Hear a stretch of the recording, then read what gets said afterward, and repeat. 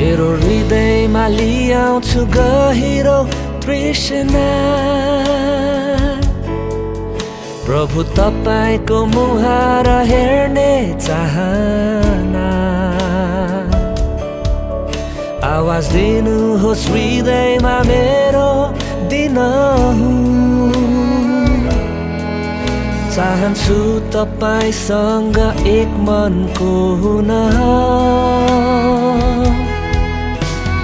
विश्वका आधारभूत सिद्धान्तहरू बाट पढ्न चाहदिन म अन्योलमा। तपाईको वचन हो चरम अख्तियार, जहाँ जरा गाडेर खडा हुन्छु म।